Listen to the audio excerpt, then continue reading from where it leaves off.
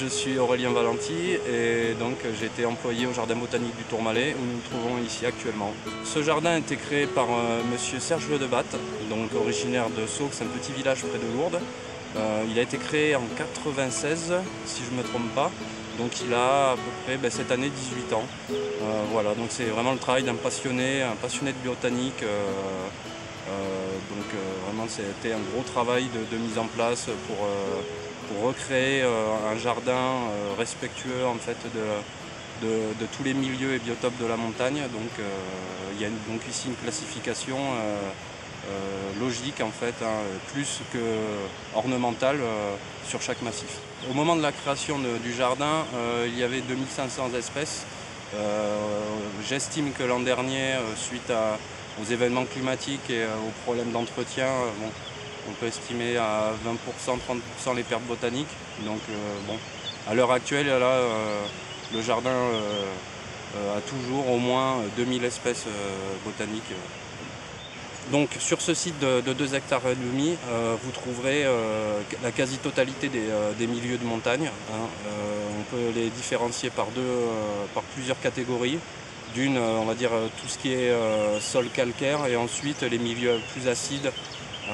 Et également après, une autre catégorie, les plantes qui vont se retrouver en ombrée, c'est-à-dire sur les versants nord des montagnes, et les soulanes, qu'on appelle ici dans les Pyrénées, qui sont les versants sud.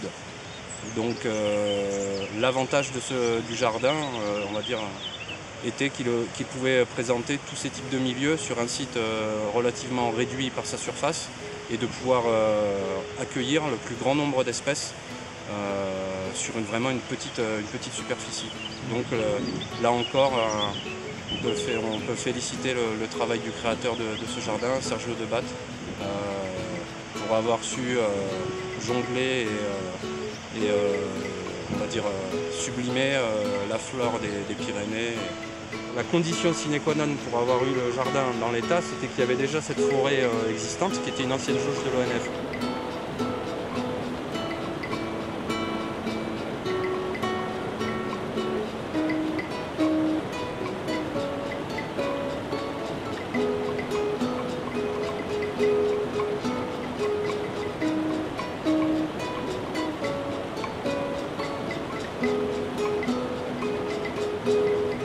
Pour l'entretien du jardin, c'est on laissait quelques fans quand même pour pas trop couper trop ras sur les vivaces. Et c'était vraiment la neige après la décomposition. Le jardin n'était pas vraiment surnettoyé en fin de saison. De toute manière, sous la neige après, au printemps, tout se décomposait. Et ce qui manquait, ce qui restait après était nettoyé au redémarrage en avril. Il ne faut pas le voir non plus comme 2,50 hectares à entretenir, mais comme 3000 m² de massif. C'est quand même relativement important, 3000 m². Avec des escarpements, un terrain difficile d'accès, un équipement matériel limité justement du fait du relief. C'est tout à la main, même une brouette est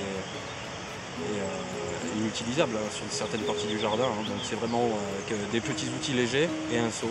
Donc les phénomènes climatiques exceptionnels de juin 2013 et même avant, donc de l'hiver aussi 2012-2013, ont eu pour effet un lourd impact sur le jardin, notamment sur la forêt pendant l'hiver, où le site a reçu trois coulées énormes qui ont fait tomber à peu près une quarantaine de sapins âgés de 40 ans. Donc il y a eu un gros travail, un lourd travail de bûcheronnage pour remettre le site en état.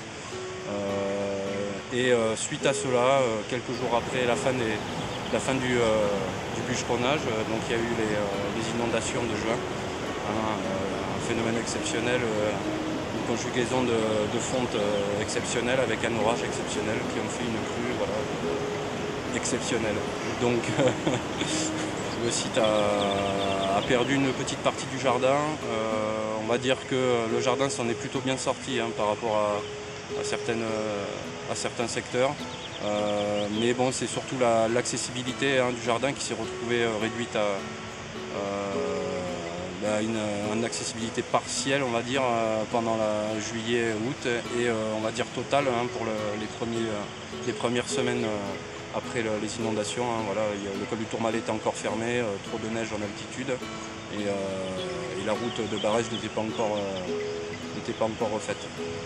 Voilà, et l'aventure se termine cette année suite à une mauvaise conjoncture et des facteurs climatiques exceptionnels.